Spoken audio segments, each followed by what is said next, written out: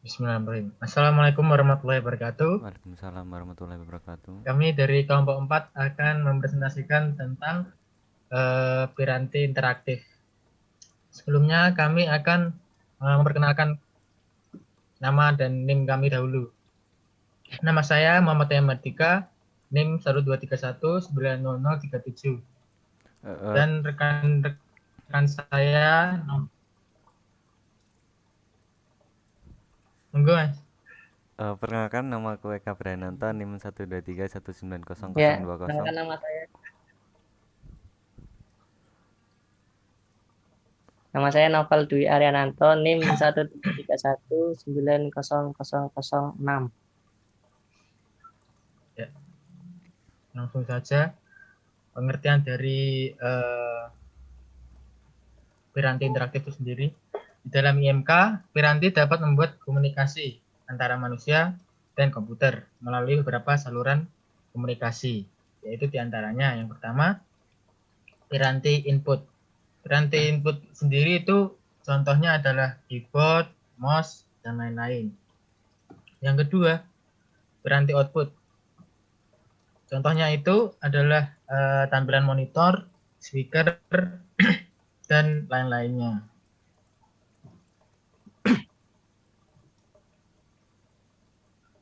Yang pertama, piranti interaktif itu adalah piranti masukan tekstual. Piranti masukan tekstual sendiri merupakan masukan standar yang berupa inputan berbentuk teks.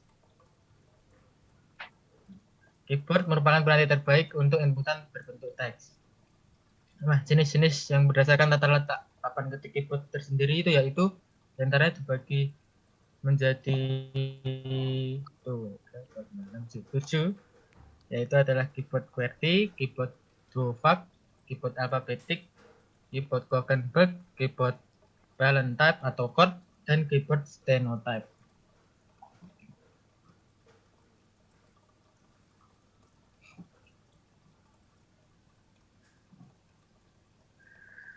Keyboard QWERTY sendiri itu umumnya orang sudah familiar, dan keyboard ini itu ditemukan atau digunakan pada tahun 1874 di USA atau Amerika. Nah, susunan tombol itu dipilih untuk mengurangi loncatan penekanan tombol yang tidak sengaja pada mesin ketik manual. Dan keyboard QWERTY ini itu diciptakan oleh Christopher Latham Solf pada tahun 1870-an.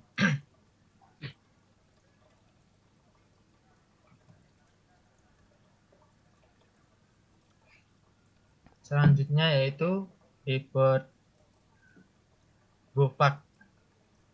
Keyboard Duovac diciptakan oleh August Duovac dan William L. Desley pada tahun 1936. Keyboard Duovac ini dirancang untuk mengurangi jarak pergerakan jari, mempercepat ketikan hingga 200 ketikan per menit. Dan penerimaannya lambat karena pemakai tidak bersedia berusaha berpindah dari keyboard QWERTY.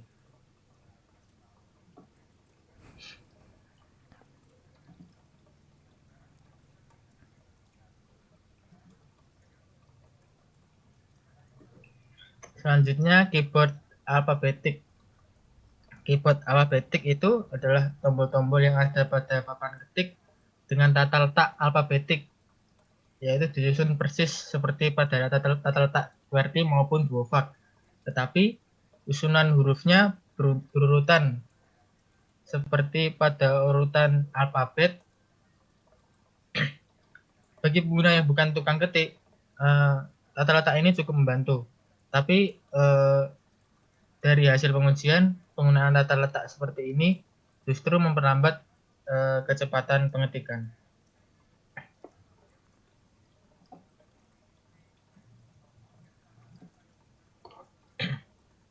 Selanjutnya keyboard Glockenberg. Keyboard Glockenberg sendiri adalah operator yang sering melakukan pengetikan sering mengeluh karena adanya beban otot yang berlebihan, terutama pada jemari-jemari dan pergelangan tangan.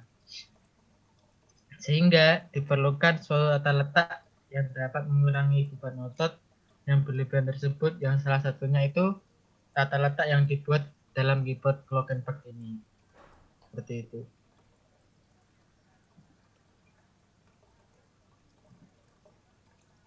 Selanjutnya keyboard Valentine.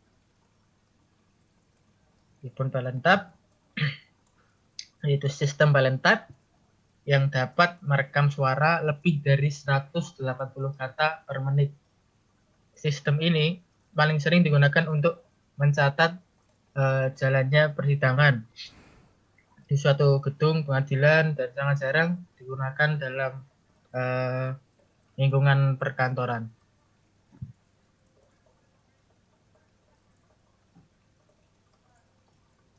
Selanjutnya keyboard stenotype. Sistem stenotype seperti yang sudah diketahui, stenotype adalah jenis tulisan singkat yang sering digunakan untuk mencatat ucapan seseorang. Jenis tulisan ini paling banyak digunakan oleh para wartawan yang mencatat hasil wawancara dengan seseorang.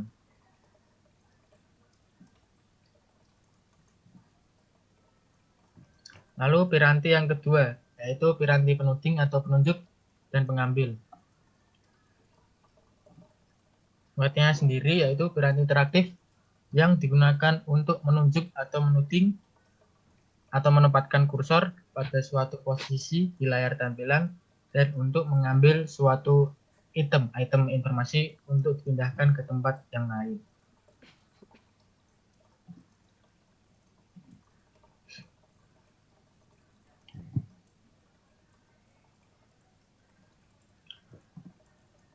Nah, jenis-jenis dari piranti penuding atau pengambil itu terdiri dari yang pertama mouse, lalu joystick, trackball, pointing stick, touchpad, touchscreen, digitizing tablet atau graphic tablet, dan light pen.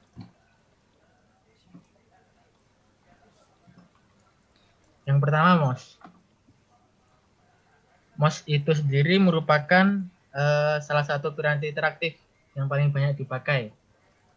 Mouse digunakan untuk menempatkan kursor pada posisi tertentu di layar, mengaktifkan menu, dan untuk menggambar.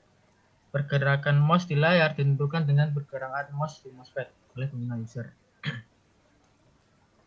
Dan mouse tersedia dalam bentuk mekanis dan optis.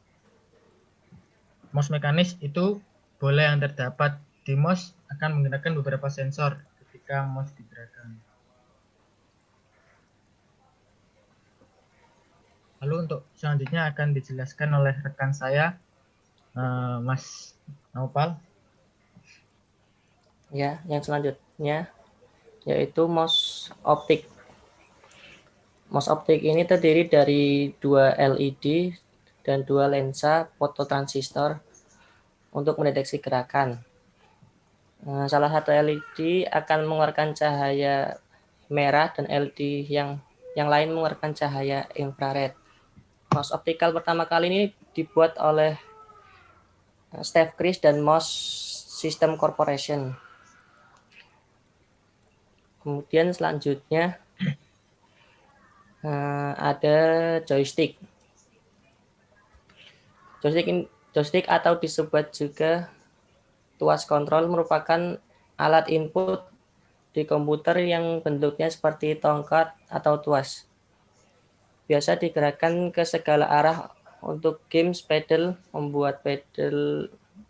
mempunyai bentuk kotak dan persegi yang terbuat dari bahan plastik dan memiliki tombol yang dapat untuk menggerakkan gerak suatu objek. Nah, itu yang nomor 1 itu bagian sticknya, kemudian nomor 2 itu base, nomor 3 itu trigger, kemudian nomor 4 extra button, kemudian nomor 5 auto fire switch, nomor 6 itu throttle, kemudian nomor 7 head switch, atau pop head. Kemudian nomor 8 itu section cap. Kemudian yang selanjutnya ada trackball.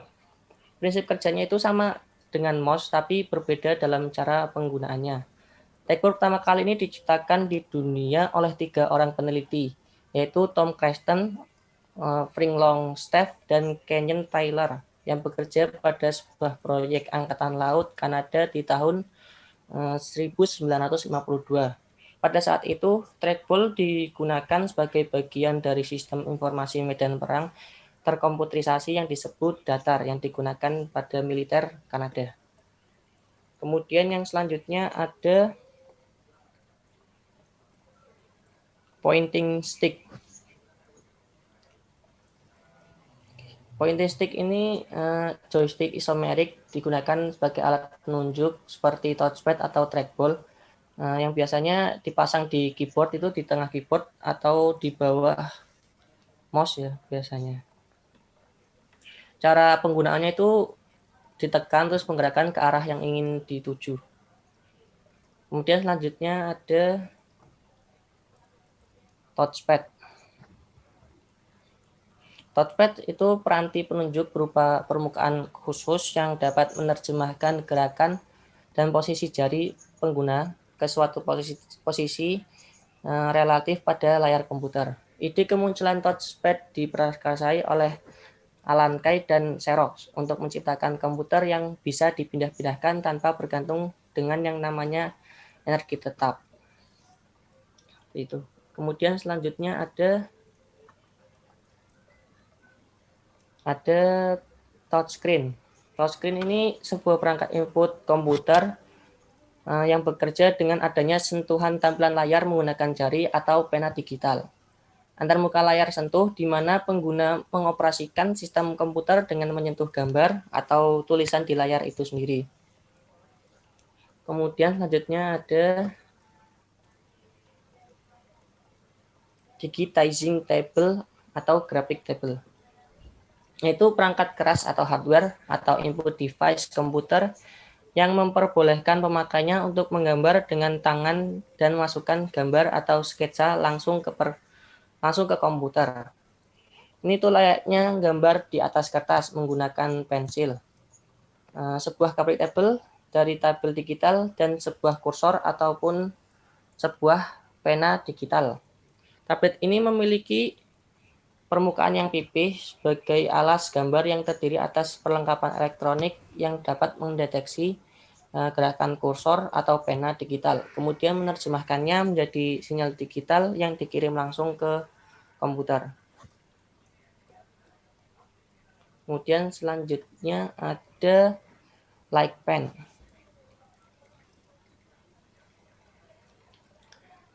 Like pen adalah pointer elektronik yang digunakan untuk memodifikasi dan mendesain gambar dengan screen atau monitor. Like pen memiliki sensor yang dapat mengirim sinyal cahaya ke komputer yang kemudian direkam, di mana layar monitor bekerja dengan merekam 6 sinyal elektronik setiap baris per detik. Like pen. Pertama kali like pen itu diciptakan sekitar tahun 1952 sebagai bagian dari proyek Whirlwind di MIT atau Massachusetts Institute of Technology.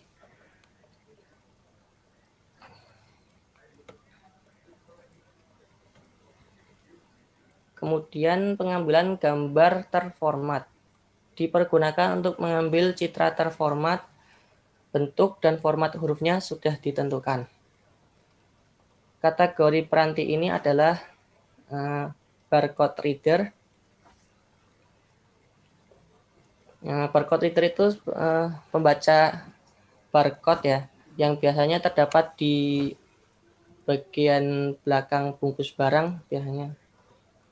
Ini tuh memindai simbol dan menangkap dan merubah kode bar menjadi data elektrik, lalu mengirimkannya ke komputer dengan format data yang sederhana. Kemudian ada Magnetic Ink Character Recognition atau MICR. Bentuknya seperti ini. itu digunakan untuk membaca karakter-karakter khusus yang dicetak dengan tinta khusus pula. Karakter yang telah dicetak dengan tinta khusus oleh peranti MICR sehingga dapat dibaca dan diterjemahkan menjadi sinyal digital. Kemudian selanjutnya ada OMR atau Optical Mark Recognition. OMR ini adalah proses pengumpulan informasi dari manusia dengan mengenali tanda pada sebuah dokumen. OMR dilakukan dengan menggunakan perangkat keras scanner yang mendeteksi refleksi atau transmitasi cahaya terbatas ya, pada atau melalui selembar kertas. Itu biasanya dipakai untuk mengkoreksi jawaban-jawaban kertas ulangan. Seperti itu. Kemudian selanjutnya ada OCR atau Optical Character Recognition. OCR itu proses konversi gambar huruf menjadi karakter ASCII yang dikenali oleh komputer. Gambar huruf yang dimaksud dapat berupa hasil scan dokumen, hasil print screen halaman web, hasil foto, dan lain-lain. Salah satu kebutuhan mengapa konversi gambar atau huruf menjadi karakter ASCII adalah karakter ASCII memiliki kapasitas penyimpanan yang lebih kecil. Kemudian selanjutnya akan dijelaskan oleh teman saya, Hanan. Silahkan. 4. Pengambilan gambar tak terformat. Yang pertama, image scanner. Pengambilan gambar tak terformat dipergunakan untuk mengambil gambar atau citra yang belum memiliki format baku. Contohnya 1. Image scanner, piranti yang dapat mengambil masukan data, gambar, foto, bahkan juga tulisan tangan. Hasilnya kemudian diubah menjadi isyarat digital. Contohnya seperti yang di bawah. Kemudian selanjutnya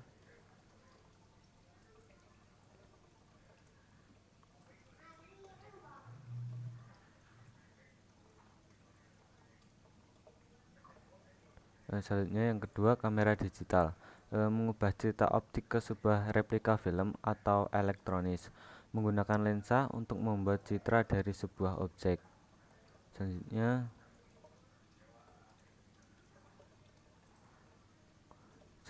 yang ketiga, pembaca retina mata, berfungsi membaca retina mata dan menghasilkan identitas retina mata. Selanjutnya, dan ini foto dari device pembaca retina mata. Selanjutnya,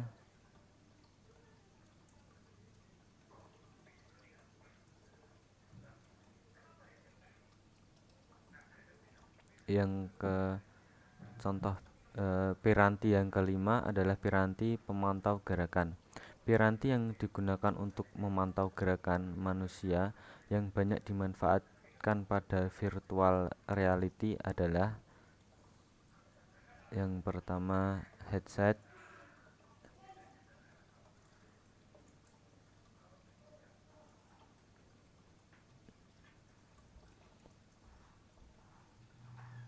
Handset adalah piranti yang dipasang di kepala menutup mata, yang digunakan untuk menangkap dan merekam gerakan kepala serta menayangkan berbagai macam gambar ke mata pemakai. Selanjutnya, ini contoh handsetnya.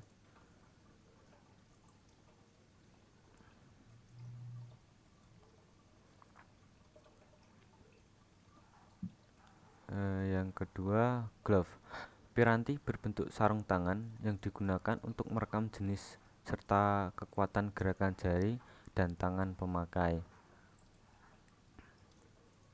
Untuk gambarnya seperti ini, virtual teknologinya. Terus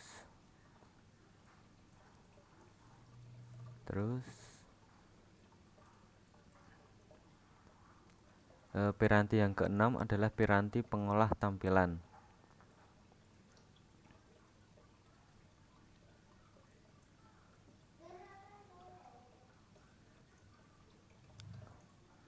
bagian yang mengubah pola bit dari pengingat digital menjadi tangan analog yang selanjutnya akan membangkitkan elektron yang digunakan untuk menembak fosfor pada layar tampilan.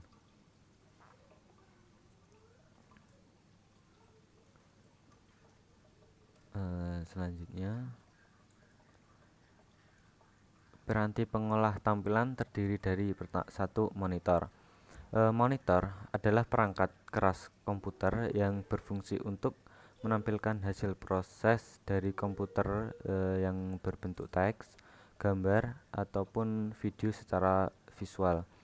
Dalam hal ini, monitor berperan sebagai perangkat output penyusun sebuah komputer, dan sebuah komputer takkan bisa digunakan jika monitornya tidak ada. Dan selanjutnya,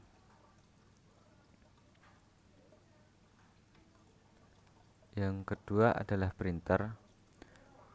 Printer adalah alat yang menampilkan data dalam bentuk cetakan baik berupa teks maupun gambar atau grafik di atas kertas. Printer biasanya terbagi atas beberapa bagian, yaitu pengetil atau pixer sebagai alat pengambil kertas dari bagi atau tray. Selanjutnya,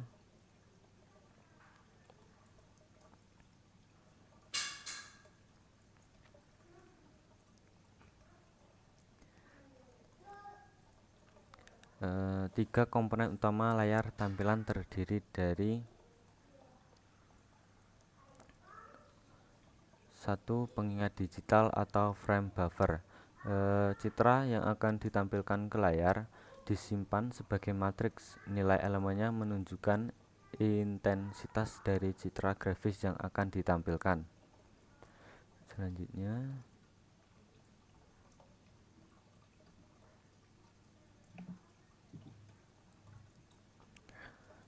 yang kedua, pengendali tampilan, display controller.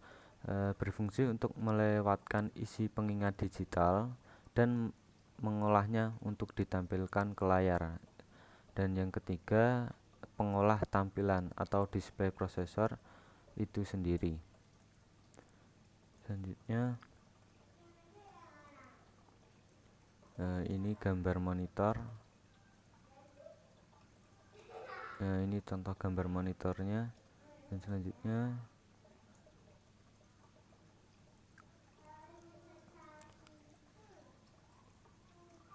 pada pengingat digital atau frame buffer, citra grafis ditampilkan sebagai pola bit. Yang kedua, dengan mengolah pola bit menjadi pixel. Untuk gambar hitam putih, warna hitam menggunakan bit 1 dan warna putih menggunakan bit 0. Selanjutnya,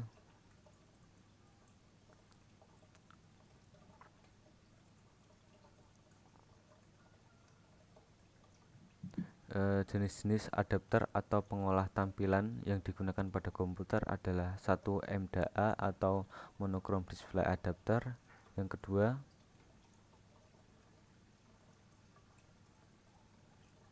kedua, CGI atau color graphic adapter. Terus yang ketiga ada VGA, video graphic array. Keempat ada SVGA, super video graphic array. Terus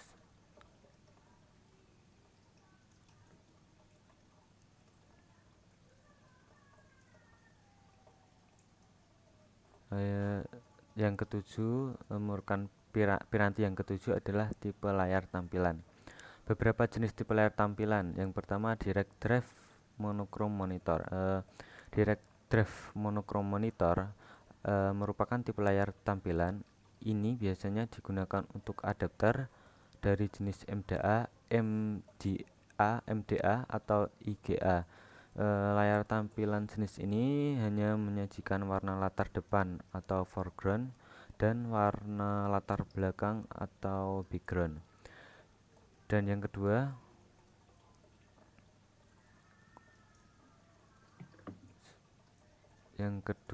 composite monochrome monitor. Composite monochrome monitor merupakan tipe layar yang digunakan bersama-sama dengan adapter jenis CGA. Tipe layar ini hanya bisa menyajikan sebuah warna latar depan dan hanya dapat digunakan bersama-sama dengan adapter dari jenis CGA. Dan yang